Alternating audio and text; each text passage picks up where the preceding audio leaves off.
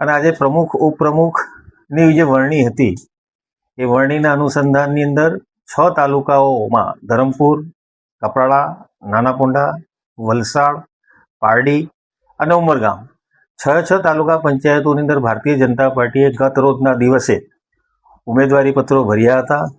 જેમાંથી કપરાડા, નાના પોંઢા, પારડી, વલસાડ અને ઉમરગામની અંદર બિનહરીફ રીતે ભારતીય જનતા પાર્ટીના સભ્યો ગઈકાલથી જ સામે કોઈ ઉમેદવારી ન પડતા એ થયા હતા, પસંદગી પામ્યા હતા. ધરમપુર તાલુકા પંચાયતોની અંદર કોંગ્રેસ પક્ષે તરફથી પણ પ્રમુખ અને ઉપપ્રમુખ માટે ફોર્મ ભરાયા હતા, જેનું આજે ધરમપુર તાલુકા પંચાયતની અંદર સામાન્ય સભાની અંદર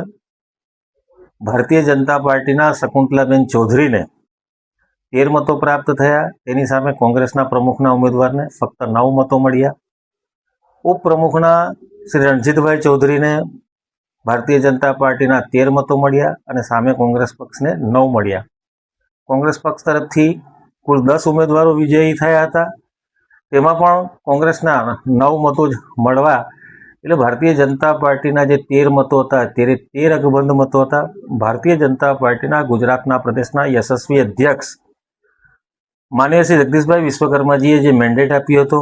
એ મેન્ડેટનું વલસાડ જિલ્લાના તમામ 6 તાલુકાઓની અંદર અક્ષર પાલન કરીને પ્રમુખ, ઉપપ્રમુખ, કારોબારી સભ્ય, પક્ષના નેતા અને દંડક